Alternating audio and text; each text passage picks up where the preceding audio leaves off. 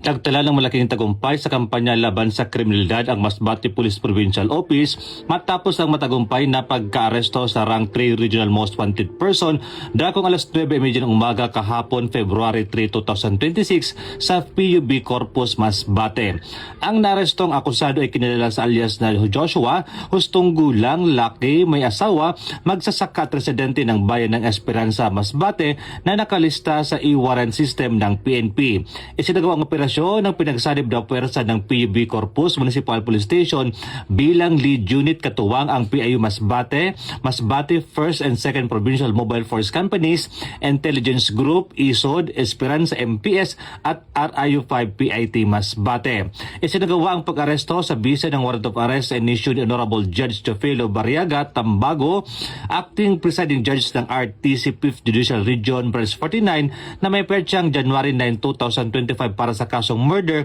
na walang inirekomendang piyansa. Matapos ang pag-aresto, agad na dinala ang akusado sa PUV Corpus MPS para sa kakulang disposisyon, dokumentasyon, patunay ng patuloy na determinasyon ng Masbate PPO sa pagtugis ng mga wanted persons at paghatid ng hustisya.